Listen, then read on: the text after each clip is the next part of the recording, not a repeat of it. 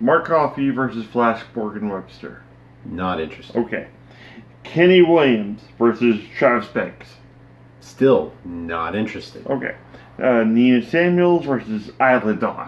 Really, really not interested. Ono versus Dragunov. Now that is a match I didn't know I needed in my life. Support, no DQ. Gentlemen, raise your beverages. This is an NXT party.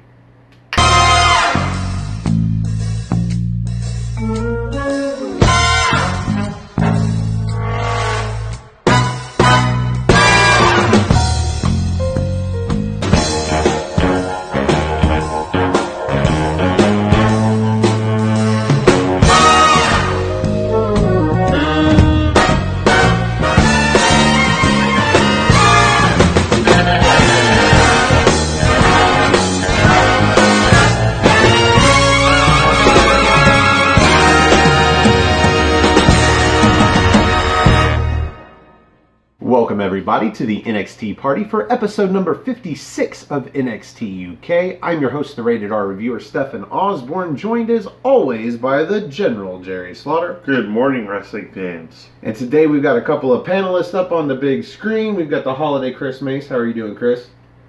Doing good, yo.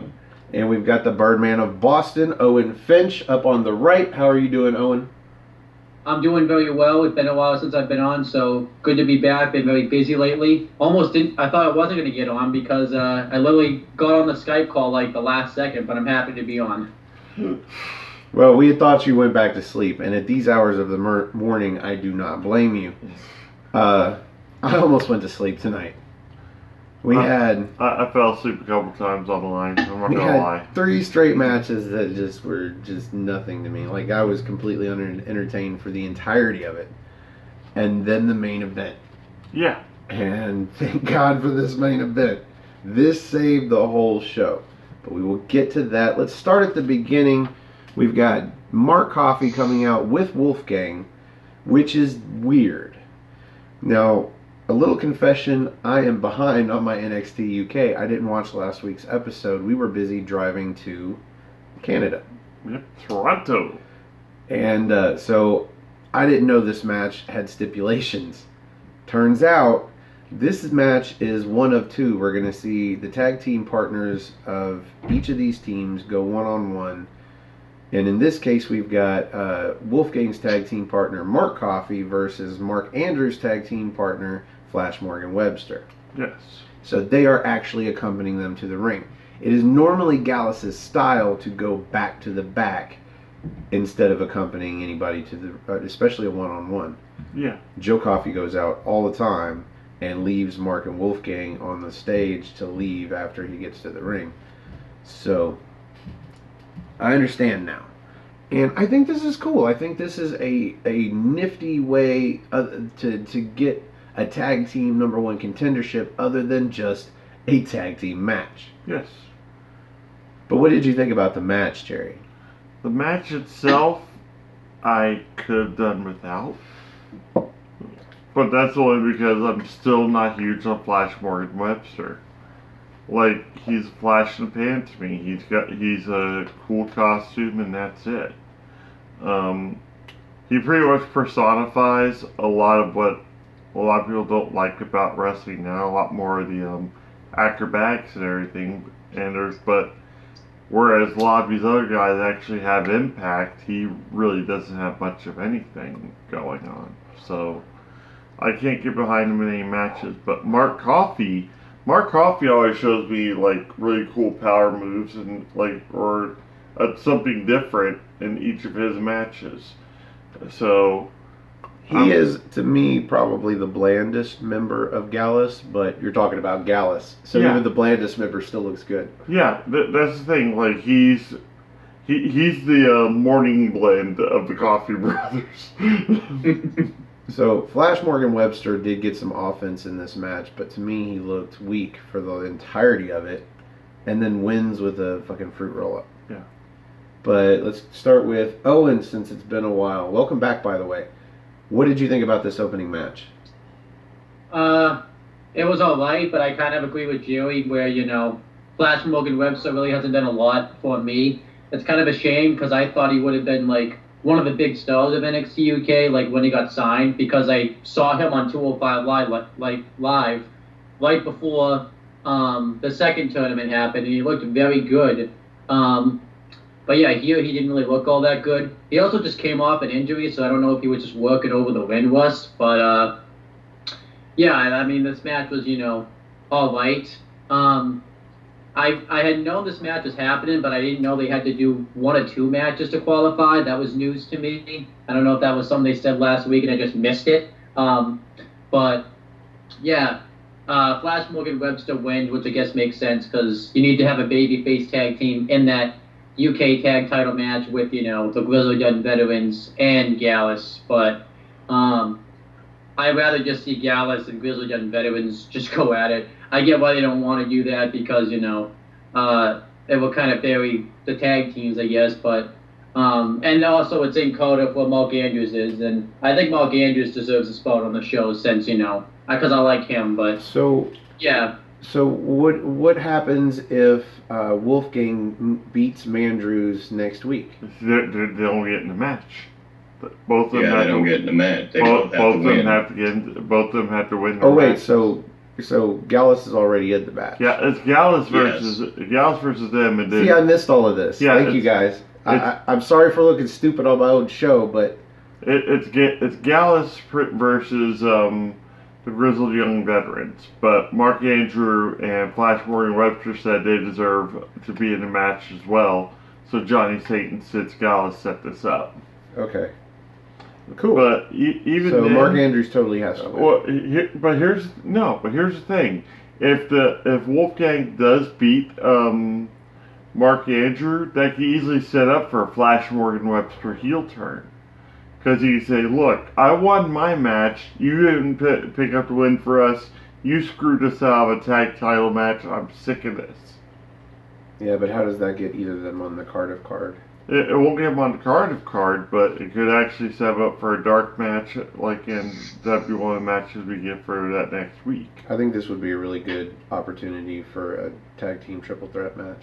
What about you, Chris? What do you think about this match and this opportunity here? And possibly the only way they'll lose the belts. The match, I was like, alright. Like I said, pretty much it was him selling that he was injured. Like he kept holding on his left leg, kept saying he was hurt and stuff. He was trying to get Mark Andrews at one point. What I liked was when he was on the outside, he was trying to get Mark Andrews to hit him. Like, come on, hit me, because he knew if Mark Andrews hit him, he'd get a disqualification, it'd be over. He'd be done with all this crap. So he was trying to do it, but like I said, that inside cradle to finish it was just like, okay. So he won, so now Mark Andrews has to win. If they end up getting into some tag title match, it's a triple threat. I see them taking the fall and Gallus winning. That's what I'm just thinking is going to happen. They're only getting added in there just for them to take the fall, so it protects the grizzly young veterans. Yeah, and if Mandrew takes the fall, then you can get that heel turn from Flash Morgan Webster. Yeah. Maybe Flash Morgan Webster ends up helping Mark Andrews win his match so that they can get in the title match, and then he ends up taking the pin. Yeah. And that starts it. There you go. Done, Jerry. Maybe that's what it'd be exactly what we needed, because new champions could possibly be crowned that night. Plus, we also finally get Flash Morgan Webster as a heel. I would also much rather see this as a triple threat elimination match. Yeah. Of course, you get eliminated if one partner gets pinned, not both. Yeah. In a tag team, in a 2-on-2 situation, I dig an elimination tag team match. Those are really cool. Yeah. Especially when the babyface gets eliminated first, but then you got the John Cena of the group that's gonna fucking battle two dudes and end up coming back somehow. Oh, that's a fun story for one match. And so, few and far between. Up next, we've got Radzi backstage attempting to interview Toni Storm, although she doesn't really hear him. Like, she just wants to talk about partying with Radzi. And then she's like, oh yeah, what was your question? And he's trying to ask her about Kaylee Ray. Apparently Kaylee Ray talked about how well she knew Toni Storm, which means she knows all her secrets. And that's all I gather, because of course I didn't watch this promo last week. I guess I need to. But What do you think about this, Chris? I can't stand Tony Storm. Y'all know this already. It was just a useless promo. It didn't elevate the story or do anything really. Owen? It was weird. It was just kind of like, you know, she went from like 0 to 100 really quick because she was all happy about going to a party, and then when Kaylee Ray got brought up, she got like all depressed. So it was weird. Yeah, this was not. I didn't think it was a good promo at all. Jerry? I tuned out. The second Tony Storm comes on the screen, I usually go like this anyway. Like, so you pulled a Tony Storm on Tony Storm? Yeah. I probably even did better than her. Tony Storm basically is just refuting the idea that Kaylee Ray could get into her head. Yeah. But I think she already has. And I really hope she has. I really hope that somebody takes the belt off of her so she can stop calling it shiny, shiny. So up next we've got an attempted interview with Jordan Devlin. Apparently this was from earlier. Of course, all of this was from much earlier. Mm-hmm. Anyway, he doesn't get a word in edgewise because there's a kerfuffle, something like that. There's stuff going on that you can hear down the hallway, and so the camera catches up to it. Shenanigans. And we've got what is obviously Piper Niven, and by the torn jeans above the knee, easily Rhea Ripley. Yes. So this feud is still happening, and apparently it has spilled over into the backstage area. Mm-hmm. Owen, your thoughts?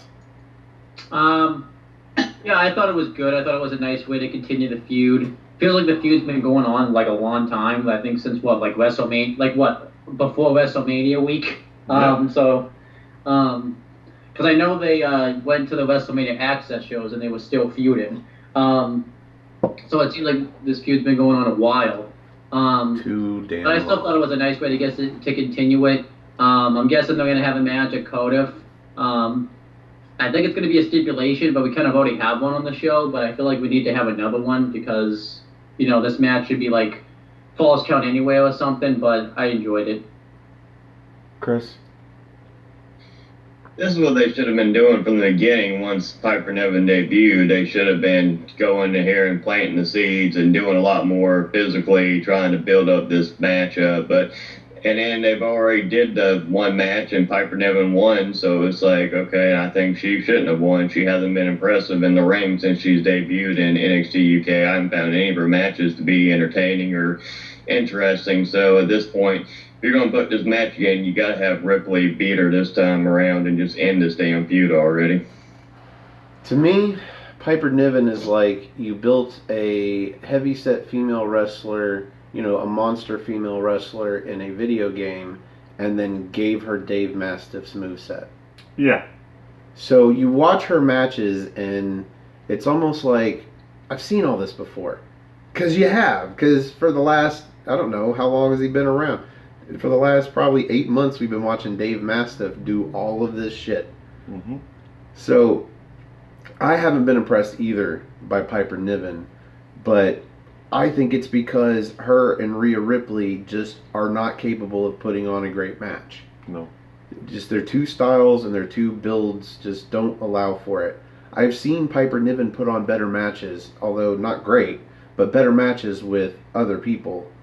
And obviously vice versa. Rhea Ripley has put on some great matches with other people.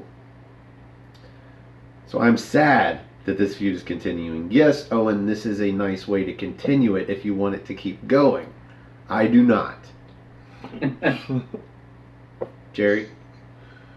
The only way I can think this should be, they can conclude this in any way, shape, or form, would be a match after Cardiff, like a street fight or something, maybe back at the Exchange, like as a main event. It's like just make that the end of the feud between these two. Now, you know every time you call for a female main event on NXT, it ends up on the pay-per-view, right? Yeah. And which is I'm not gonna. This last time with you, Shirai and kids. You know what? I'm so glad that ended up where That it ended up happening, and that did. I was got wonderful. to see that live, and that was Yes. an awesome match. It's like oh yeah, sucks to be you guys that you weren't there to get to see it live. Yeah. I'm saying it to anybody that's a wrestling fan that I run into. It's like, oh, sucks for you. So yeah, I don't see this ending up being an awesome match, but I have been proven wrong because I didn't see Io Shirai versus Candice LeRae being that good of a match, and it way overproduced. It was great. So after this, we've got Kenny Williams versus Travis Banks. Sleeper match number 2. Yeah. As in, puts you to sleep. It's not an entertaining sleeper. The best part of this match was Am Dar comes out. Yeah. And I believe he gets to be the first person on NXT UK to build a storyline or a feud by going to the commentators' table and helping them call somebody's match. In this case, we aren't sure if it's still Kenny Williams that he's feuding with or if he's now going to be feuding with Travis Banks, because he has already had a match with Travis Banks and he won. And he made sure to say that several times on this broadcast. To me, he was the only saving grace of this match. I've always been bored with Travis Banks, and Kenny Williams only entertains me when he's in a tag team, gets a hot tag, and hits that sequence that comes with the wrecking ball drop kick. Yeah. Skin the cat, suicide dive. He attempts the wrecking ball drop kick, misses, goes all the way down. He does get the suicida, but we don't get to see the skin the cat. And that's my favorite part. It's what combines the sequence, man. So, yeah, a lot of strikes, Kenny Williams likes to kick people and slap his knee. Yeah. What do you think about this match, Owen? Yeah, I thought it was a fun match. I thought it picked up definitely towards the end. But yeah, I really didn't know who Am Dar was feuded with. Because I knew he just concluded his feud with Kenny Williams at the Download Festival. And then he just started his kind of feud with Travis Banks, because Travis Banks called him out last week because he was like, you don't guarantee a match at a takeover show. So I didn't really know what was happening. Are they setting up a triple threat match, which I wouldn't complain about, but yeah, the match I thought was good. I mean, one flaw about the show for me was I had just watched NXT TakeOver Toronto just before this, so a lot of the matches seemed very subpar to me. Oh yeah. Oh yeah. So I do have my takes because I was burnt from TakeOver Toronto. So, but I thought the match was solid. I guess it makes sense for Travis Banks to win, but I kind of feel bad for Kenny Williams because I feel like he could just be used so much better. I feel bad that he's on a losing streak, but I'm wondering if they're setting up a heel turn with Kenny Williams because, I know it kind of doesn't make sense because they've kind of burnt that bridge, but why not have Kenny Williams turn heel and join up with Am Dar? I think that'd be cool. I really want to see that. Yeah, I was going to suggest he helps Am Dar with the match. Absolutely. That's the route I'd go with as well, is the fact that Kenny Williams needs something going on, and for him to finally just buckle down and say, he's like, you know what? Am Dar's getting results. I'm not getting results. What's the worst that can come out of all this? I mean, they started this match by talking about Kenny Williams' losing streak. Yeah. I didn't know he was on a losing streak. Oh, he's lost to Am Dar. Yeah, but didn't he win a match despite Am Dar before he lost to Am Dar? Yeah. So he's on a one match losing streak. Cassius on the first episode of the Download Festival. Yeah. Yeah. I think that's it. That's it. So 2 matches lost and you're on a losing streak, but they called the same thing after they lost 2 matches as him and Amir Jordan, the tag team. Yep. So, Chris, your take on this match? It was okay for what it was. I know Am Dar was one that saved everything with his commentary, but it makes me wonder. He keeps saying he's guaranteeing he's going to be on TakeOver. He's going to have a match on TakeOver. But who's he facing? He's already beat Banks. He's already beat Kenny. So Who else is there left unless they're going to have a surprise opponent for him at TakeOver, which I wouldn't be opposed to, but then who would that surprise be? Would it be somebody that he could... This is no Am Dar. So no Am Dar is going to pick Travis Banks for two reasons. One, they've had this interaction at the end of the match where he was, sarcastically applauding Kenny Williams' win. But also because he's already beaten Kenny Williams, so he gets to go to Cardiff beyond the pay-per-view and beat his opponent for sure because he's going to go in confident that he can do it again. Alright, but I guess my main question is who's going to replace Travis Banks at the last minute? That would be hilarious. Like Travis Banks would get injured before his second. That might end up being the funniest thing on the show if that happens. What do you think about the match, Jerry? I could have done without it, really. Like, basically, I walked into it not wanting to watch the match because automatically as Travis Banks is in it, and I just... a whole bunch of people we just don't care about on this card. And they just seem kind of hodgepodge together. I'm like, we had two faces out here. Why are they both out here? And then Am Dar comes to the announce table. I'm like, I kind of see where this is going. Because I actually thought maybe that's when we'll see a heel turn from Kenny Williams. But no, we get a respectful match between the two of them. With Travis Banks picking up the win.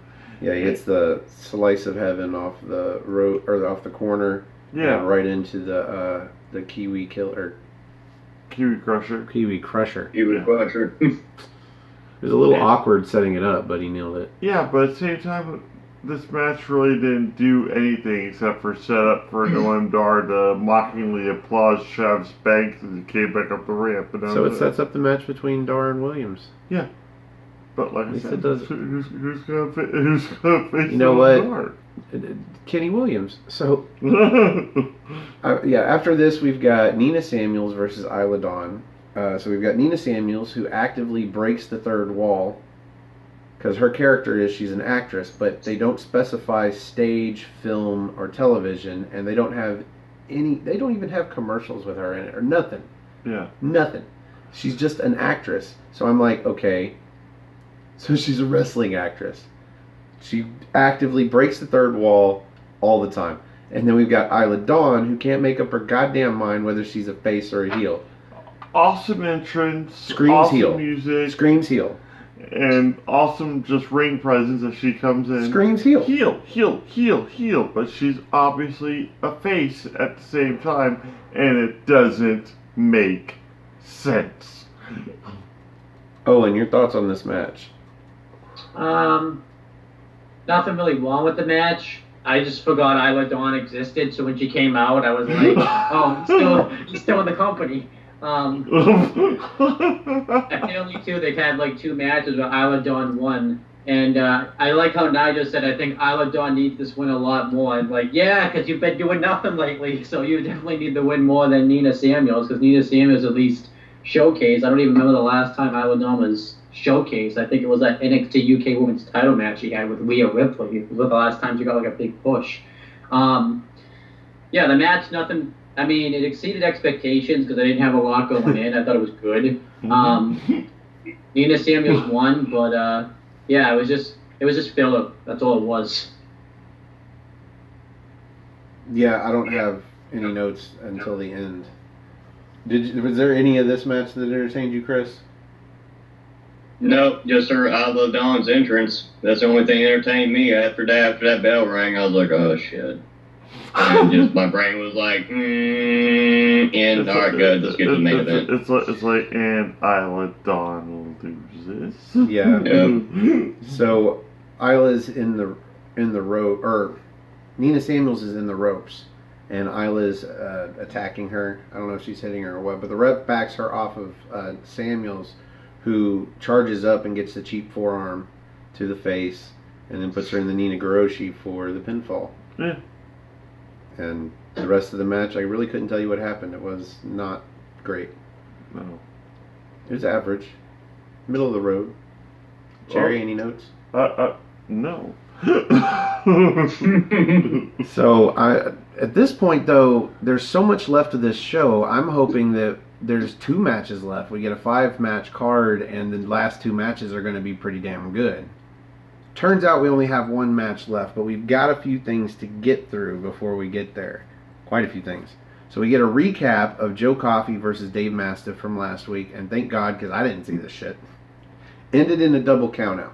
So because of this, we get Sid Scala and Johnny Sane on the screen to announce that because there was basically no winner in that match, we are going to have another match at Cardiff, and it is going to be Falls Count, or what is it?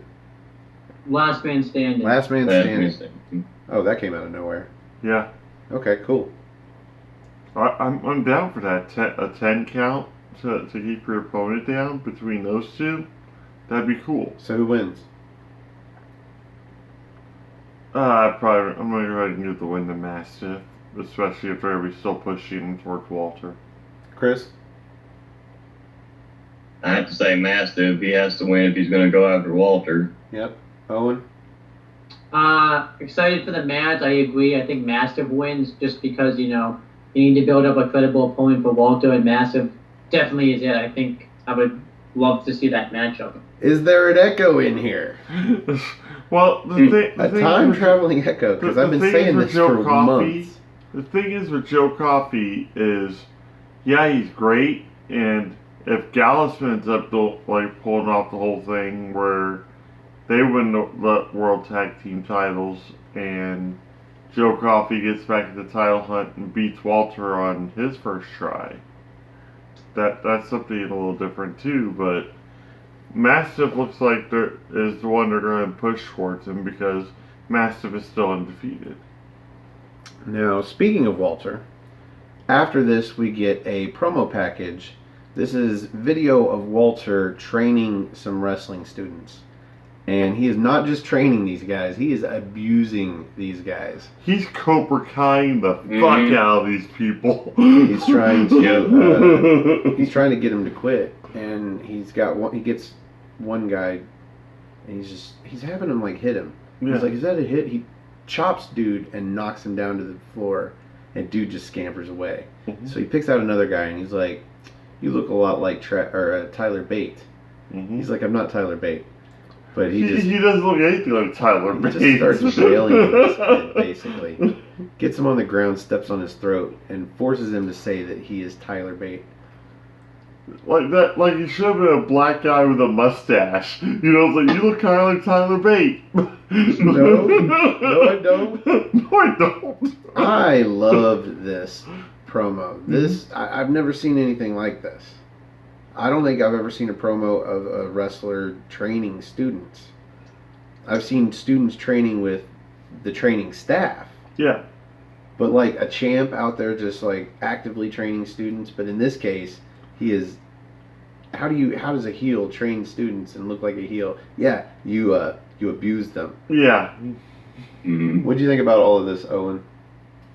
I thought this was awesome. This was the best thing on the show, I thought. The main event was great, but I thought easily this was the best thing on the show. I would have ended it with this. That actually wouldn't have been a terrible idea. No.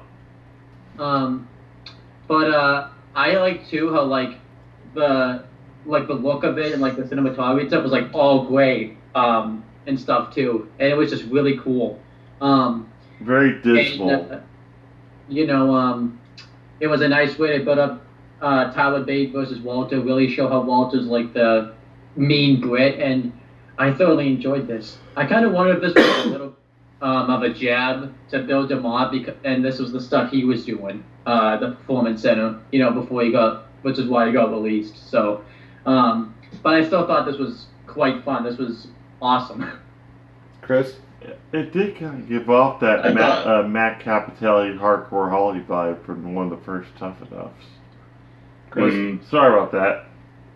No, you're good. That's what it kind of reminded me of, too, and that was from Tough Enough Season 2. But, like I said, I thought it was very well done. It's something you don't ever see in wrestling that I ever remember any time in my recent past. So, it was well done. I liked how he was picturing Tyler Bate because he's so angry that he wants to get his hands on Tyler Bate. So that's why they set it up for him to have a face-off. That's what I thought was interesting. They're going to actually get face-to-face, so I'm kind of seeing how that's going to go. That's what I was kind of wondering about at TakeOver Toronto. Because it showed that they were both in the audience with us. I was waiting for, like, them to cut back over to Walter and him see that Tyler Bate is there. So you get Walter first, then you get Tyler Bate, and Walter's like, he's here? And then while you're getting the shot of Tyler Bate, you see Walter just come up and start beating the shit out of him. And we know from pictures with Jen that Fabian Eichner and Marcel Bartel were actually in town too for a WXW show. So it would have made sense for at least 3 out of the 4 members of Imperium to be in the building. What's noteworthy here is at the end of this promo, Walter challenges...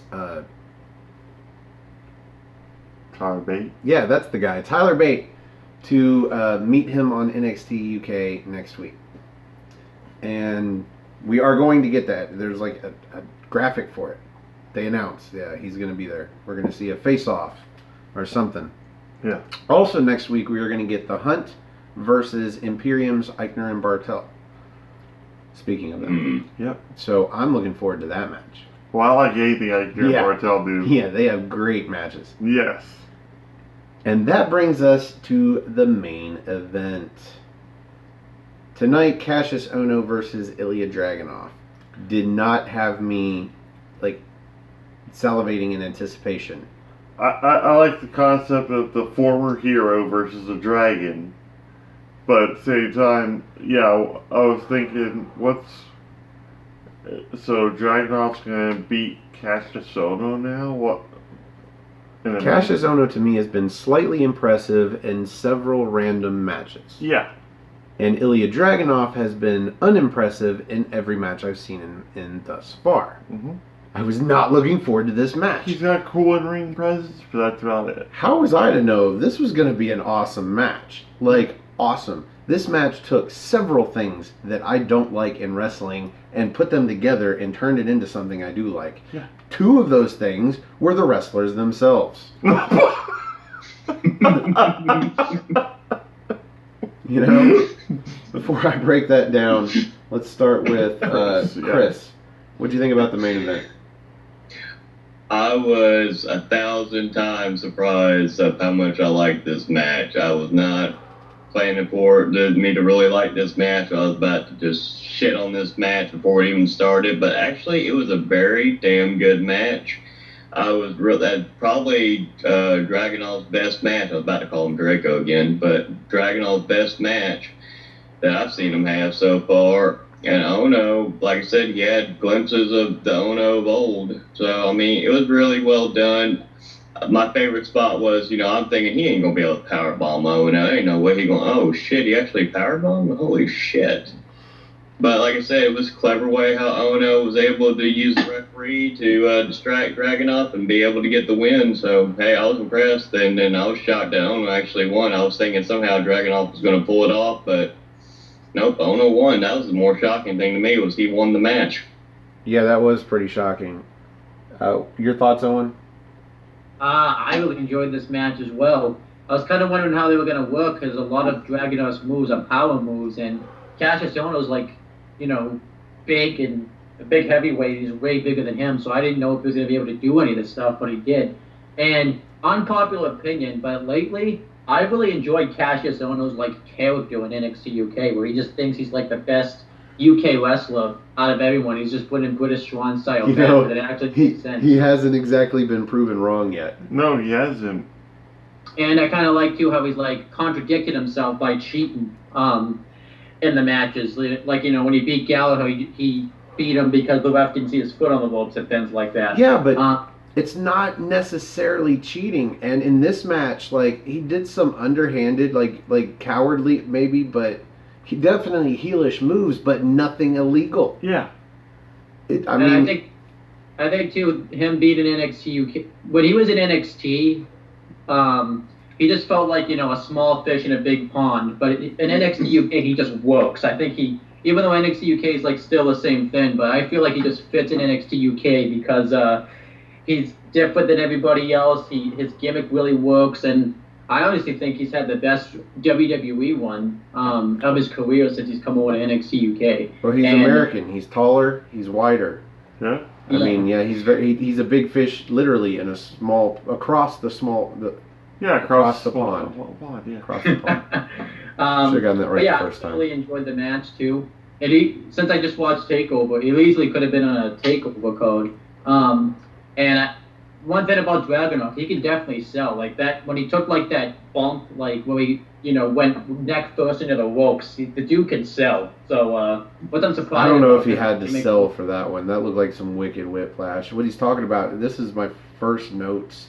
Ono throws Ilya into the ropes, like he slides onto his butt and goes sternum first into the middle rope. That wasn't the hard part, because I mean, it kind of gets close to his neck and it looks like kind of an ouch. But then his whole upper body whiplashes back onto the mat, and he wangs his head. Mm-hmm. And the ref checks on him, and even the commentators are like, ref, now, go check on him now. As if the ref can hear them, but whatever. And hopefully he's okay, but yeah, that looked like a wicked neck snap. And whiplash effect, really. Any other notes on this match, Owen? I also like to, when he kept... I believe going for like the German suplex or the uppercut it was the clotheslines. He kept using the bad shoulder that Cassius had worked through the entire match, and then and Nigel was just kind of calling him out like he's got to learn to use his good arm instead. And then he finally went and used the good arm. I thought that was cool. Yeah, with a discus lariat. Mm-hmm. Not quite an all raw best for the bells, but it was a better lariat than most of those that I've seen him do thus far. Jerry? Yeah, definitely.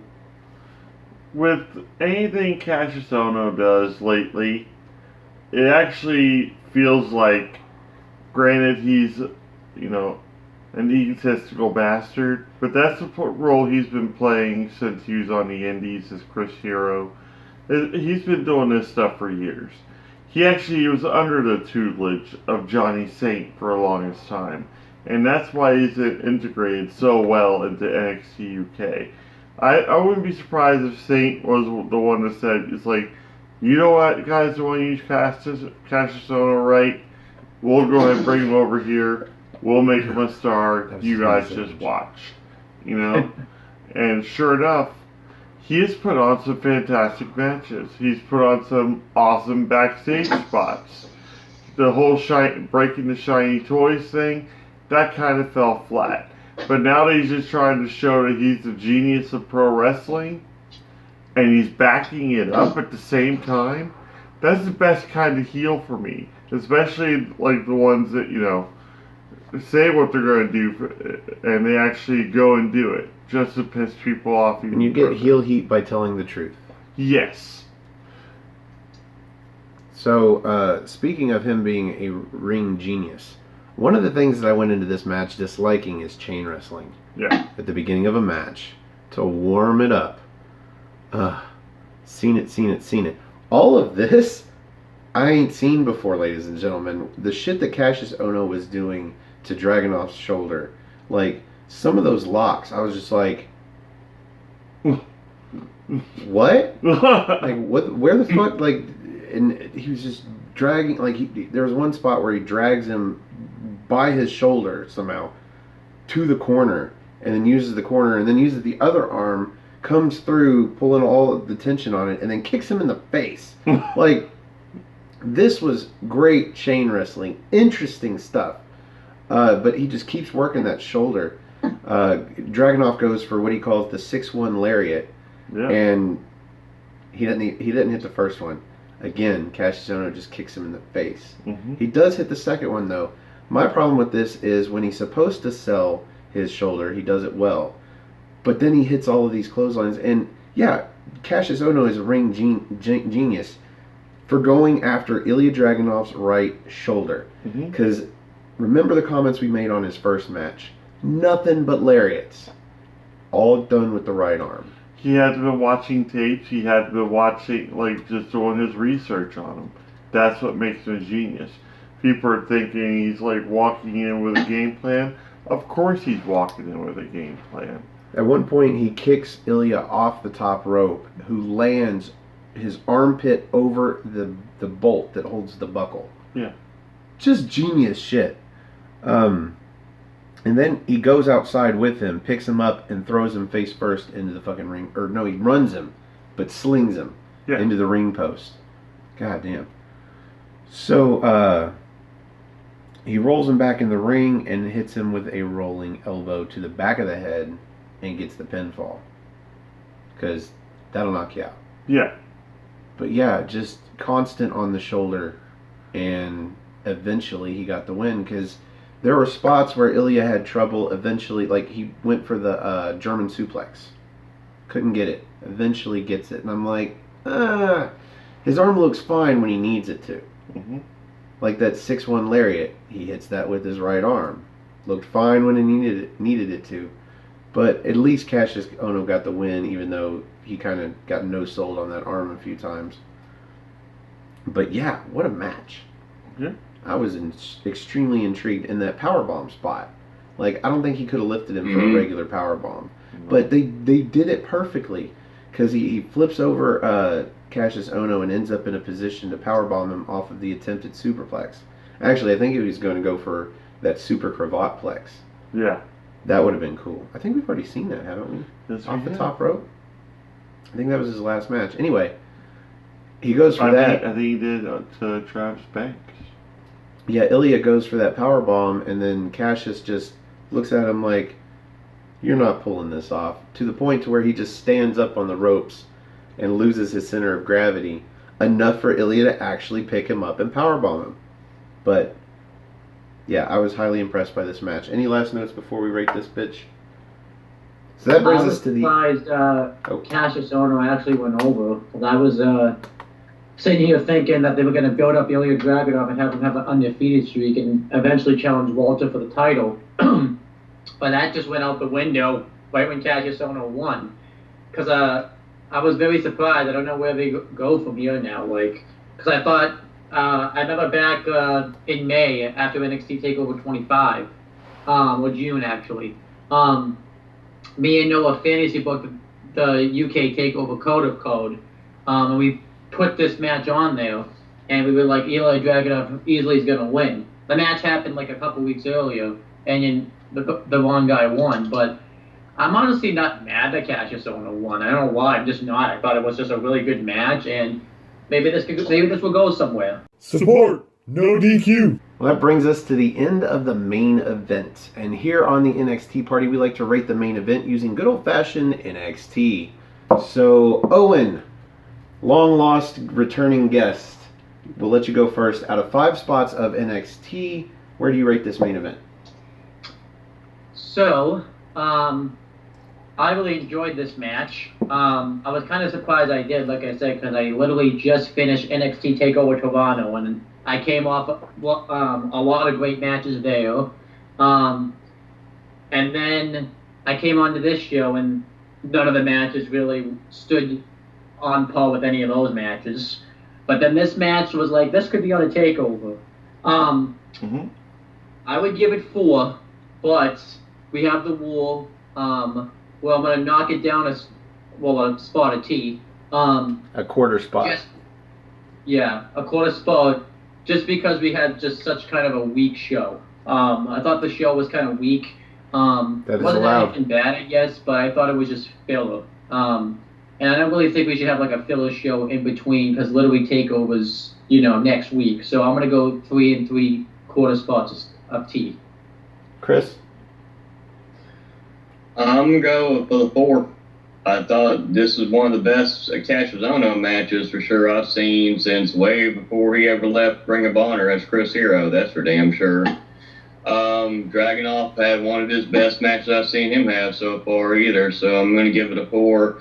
As for the rest of the show, it was like, all right, throwaway matches, but at least we actually got an announcement of the Last Man Standing match with Massive and Coffee. We got progression in the story of what's going to happen with the tag title situation for Cardiff. And then we got the Walter promo, which is actually one of the best things on the show besides the main event, because that was very entertaining and completely different, something you rarely ever see. So I'm going to stick with a 4. Jerry? I think Cassius earned this 4.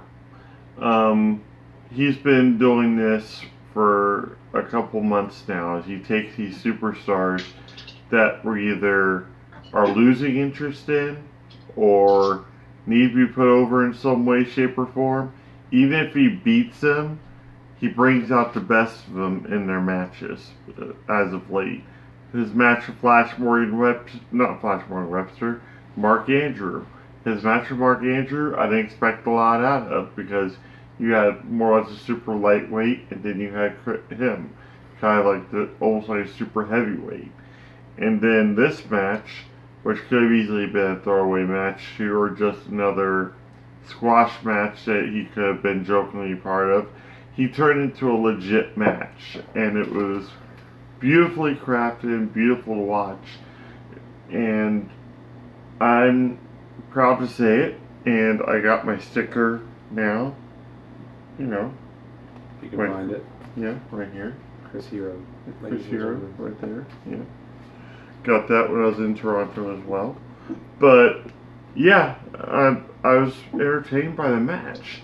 There's so much like different, like you said, different locks and everything going on that we hadn't seen before, and there was great impact. And I didn't expect Dragunov to really lose, and sure enough, he did drop the match. And there's no post-match beatdown.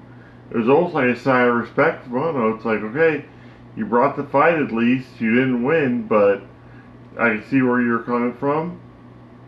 I'm done. I made my point. I'm out of here. And he went back up the ramp. So 4's good enough for me. Well, I think I'm gonna go both directions on this. This was a great match. So you start at 4, but there was so much going on. Like, it made me enjoy chain wrestling, and just the story of the shoulder throughout the whole match.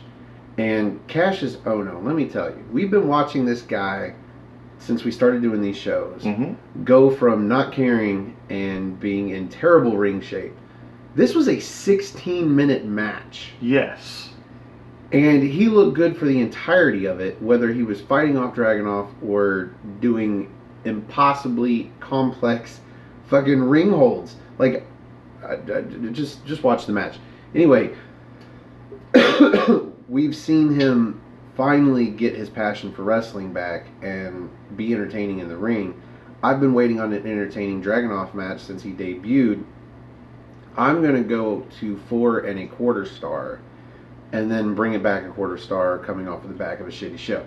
Yep. So I'm going to land it where most of you guys landed it. 4 stars, or 4, spots of NXT. Yeah. That brings us to the end of this episode of the NXTea Party. And Chris, I know we can't get you a plug here, but you want to plug any of your NXT member friends for them? Yeah, support Colin Andrews on the chopping block. He does great work with his stuff. Short, easy reviews. He's done last couple weeks of What's NXT. He's done a great job hosting the show. That's Colin Andrew on YouTube. Yeah. Yeah. And then follow the Simple Man, Noah Foster. He does great work with 205 Live Matters. He does great work reviewing. We got done recently finishing the review for the G1 Climax. That was an intense tournament there, that's for sure. He does great work with the Ring of Honor reviews, AEW predictions reviews. He does a lot of great work there, so check his channel out. Noah Foster keeps him. Yep. And then support Cindy G and Good Brother Chris. They do great work as well. And they have the AEW Nation on Facebook. They're at over 12,000 viewers right now. So I don't know if Chris Willis has a YouTube channel, but that's Cindy's. Simply_C_OK. That's for Cindy G's YouTube channel. She covers a lot of indie wrestling. So if that's your thing, that's your channel. Yeah. Owen, where can we find you? So you can follow, subscribe to my 3 YouTube channels. First being Wrestling Fortune 44. Coming on to my 2000th video very soon. Got a big video planned for that. Chris Mace just did his part of the recording for it. So very excited about it. I would recommend when the video goes up, watch it in intervals because it's going to be a long one. But yeah, definitely check that out. Very excited for that to come out. And check out my CM Brothers YouTube channel. Me and my cousin lately have been doing a lot of reviews for Red versus Blue, and we're gonna start the Marvel movies once he gets situated in the college. So check that out, and then check out Owen the Talking Native for all my non-wrestling stuff. And you can also check out my friend James the Archangel, James the He-Man Hebrew, however you know him as, CAW Wrestling League, which is called Weymouth Youth Wrestling. Weymouth spelled WEYMOUTH,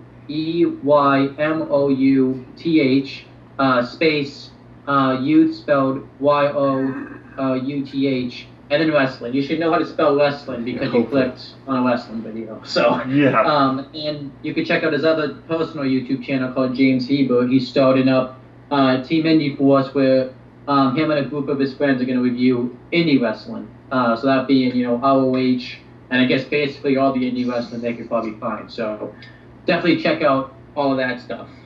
Well, thank you, Owen, for joining us. It was great to have you back. As always, Chris, thank you for joining us. And as even more always, if you'd like to join us on a future episode of the NXT Party, come have a spot of NXT with us.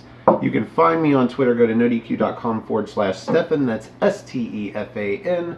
Or if you just want to look me up on Twitter, it's at Stefan R. Osborne, OSBORNE. As always, the R stands for restricted. You can also find the gentleman on Twitter At NoDQ Journal, and also my Facebook group Am Dar, all capital ARMBAR.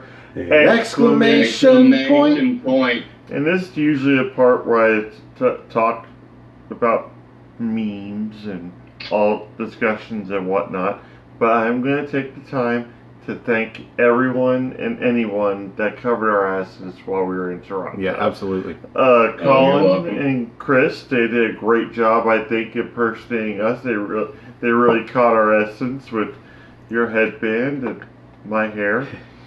And Cindy, Chris, and I believe that the other dude's name was Evan. They put on a great tea party. I thought that was fantastic, and I was thoroughly pleased with the products we got out of these guys, and thankful that they were there for us in a pinch, I guess you'd say. But hey, Chris, how many matches were there at Takeover?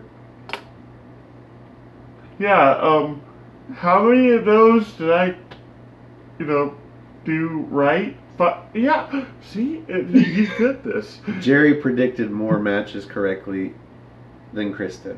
Yes. And so we present to you now Chris Mace, the Holiday, doing the Carlton. Not unusual to be loved by anyone. Not unusual to be loved by anyone. I see you up my night. Not unusual to baby cry. No, the major order is I'm always right. No, it's I'm not. historically speaking, when it comes to predictions, you are always wrong. I'm thoroughly wrong. The quarter was more right than you were. Yes. You can find me on Instagram now at osborne.stefan. And you can find us on YouTube on our channel, Aftermatch Wrestling. That's where all these videos go first, and in HD. So if you care about HD, you might want to watch them there. Otherwise, we do recommend watching them on NoDQ. If you like this video, please click the like button. That's underneath me. If you like all of our videos, do yourself a favor. Click the subscribe button. That's over there underneath Jerry. And if you are subscribed to NoDQ, click that bell icon, because at 100 subscribers on Aftermatch, we are going to start doing What's NXT. That's our NXT review show we do yesterday, live on NoDQ.com's YouTube channel. And that bell will let you know when we go live on a Thursday morning, about 7 o'clock.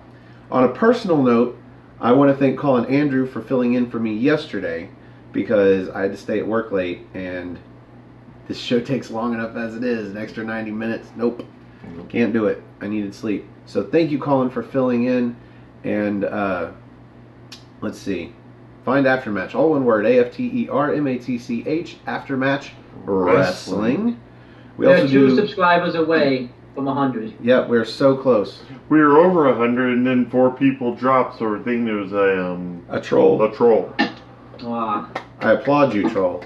Yeah, you But get mostly the I gift for applaud- crushing your dreams. Mostly I applaud Israel Diaz. Yes. Because he's our best fan, probably. He comments on everything. Yep. And we appreciate it. Thank you. Other than that, I think that's all the plugs. I'd say so. So, for the holiday, Chris Mace.